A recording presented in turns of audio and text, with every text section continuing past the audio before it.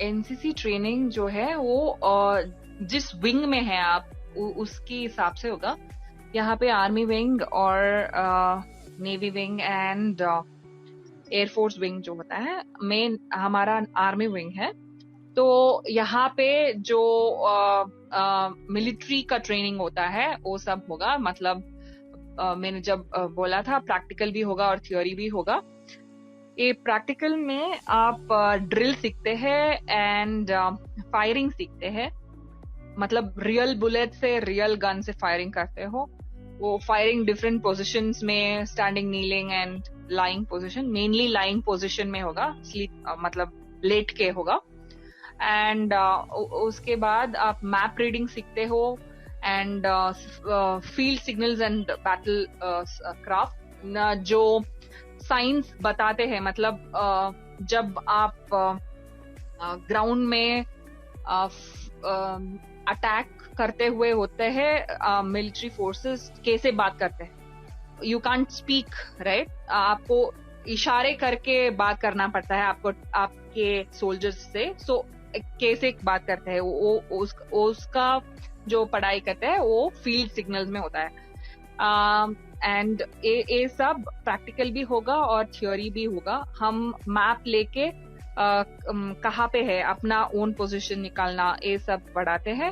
And health and hygiene कैसे maintain करते हैं, डिसिप्लिन, लीडरशिप एंड हमारा हिस्ट्री, जो लीडर्स का हिस्ट्री है, ये सब हम पढ़ते हैं। कौन ट्रेनिंग करता है इसके लिए?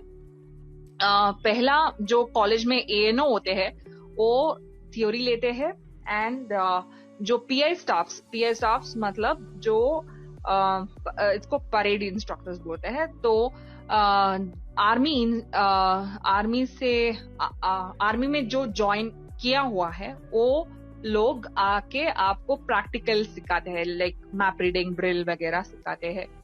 तो ये ट्रेनिंग जो होता है कॉलेज में एवरी वीक बोल सकते हैं, या to be precise 18 days, 4 hours. 18 each day is for 4 hours. So in 1 year, तो 1 year में 18 days 4 hours का क्लासेस होता है, बोथ प्रैक्टिकल एंड थ्योरी। ये एक तरफ का ट्रेनिंग हो गया। सो ये कॉलेज में ही होता है साथ साथ में, स्टडी के साथ में? हाँ, कॉलेज में ही होता है। कॉलेज में ही वो पीआई स्टाफ्स आके पढ़ाते हैं एंड हम एएनओस भी पढ़ाते हैं। ये एक तरह का ट्रेनिंग है। और एक और ट्रेनिंग जो है वो कैंप्स में होता है।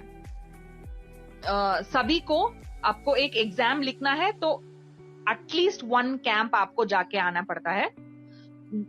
Annually in a year at least 1 camp जो होता है। सभी जो लड़के एनसीसी में भर्ती हुए हैं वो मिनिमम 10 डेज का कैंप जाके आते हैं, जहां वहां पर भी पीआई स्टाफ्स वगैरह होते हैं, एएनओस होते हैं, वो सब पढ़ाते हैं इनको।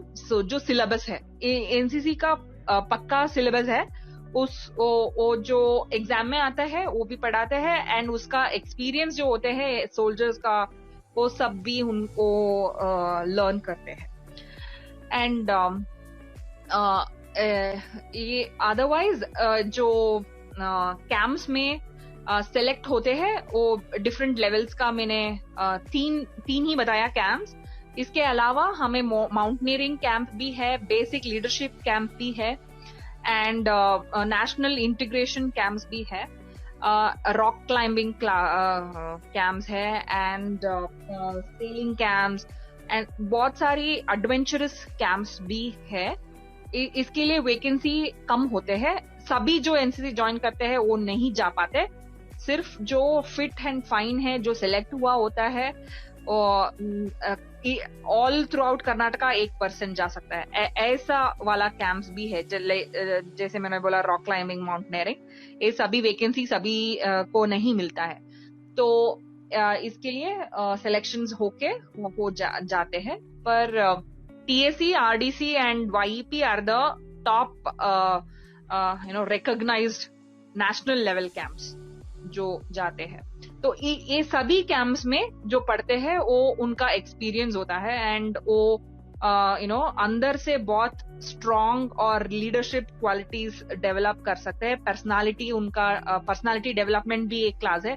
तो इस सभी से सिर्फ वो जो सर्टिफिकेट मिलता है वो उनका बेनिफिट नहीं है। जो वो internally as a person grow होते हैं, उनको एक अलग सा पर्सन ही बना देते हैं एनसीसी।